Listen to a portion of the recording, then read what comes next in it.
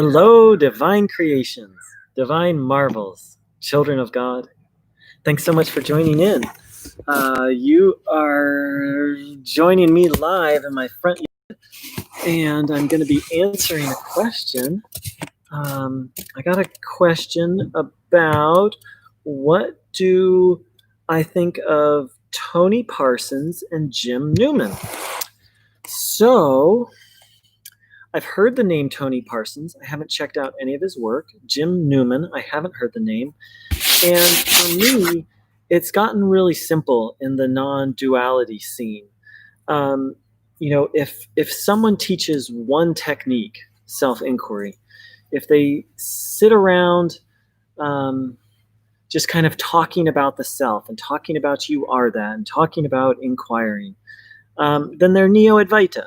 Advaita Vedanta offers a wide range of practices and is a systematic process to get one to the place of realization. And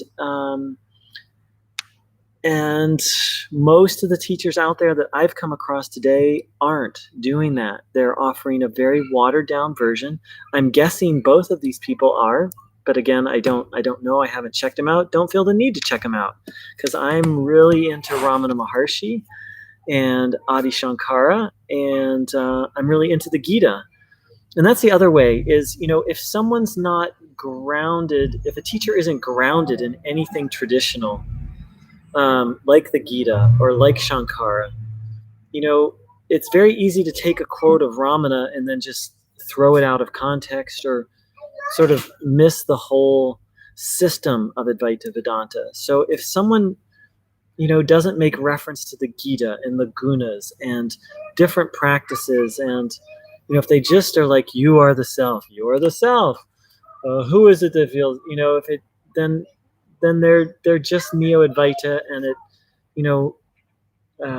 at best it's an inspiring talk and a very a little bit of an introduction to the beautiful science of Advaita Vedanta, and at worst they're either very dangerous to take seriously or have some kind of cult-like dynamic going on. So again, I don't know if any of this applies to Toni Parsons or Jim Newman. I don't feel like I need to know. But so for the person who that's of interest to, just determine whether they're Advaita Vedanta or Neo-Advaita. And the reason why I don't really look at individual teachers anymore, and I don't care to, is there's just so many. And, I trust Ramana, and I'm starting to really dive into Adi Shankara, and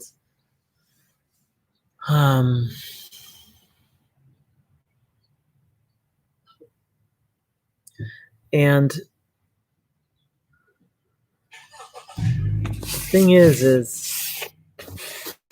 I've said this before and I'll say it again, is, I went to these satsangs with a lot of suffering, and the advice I was offered made the suffering 10 times worse.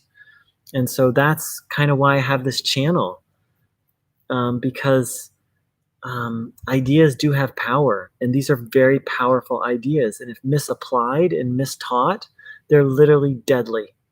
There's a saying in Hinduism, if you're walking down the road and you see a hungry tiger or you see a false guru and you have to go hang out with one of the two, go hang out with the hungry tiger. Yes, you'll get eaten and killed, but it's a much better fate than associating with a false guru. A false guru can send you on a trajectory that can fuck up your spiritual trajectory for lifetimes. So yeah, thank you so much for asking. And the truth is out there, and the truth is in here, and we can find it if we're just devoted.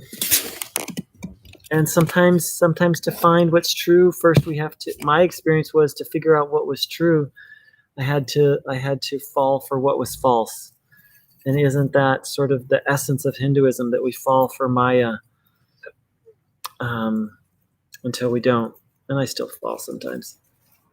But I don't fall for this. I don't fall for the Neo-Advaita trap anymore. At least I hope not. Please God, no more. Thanks so much. Take care.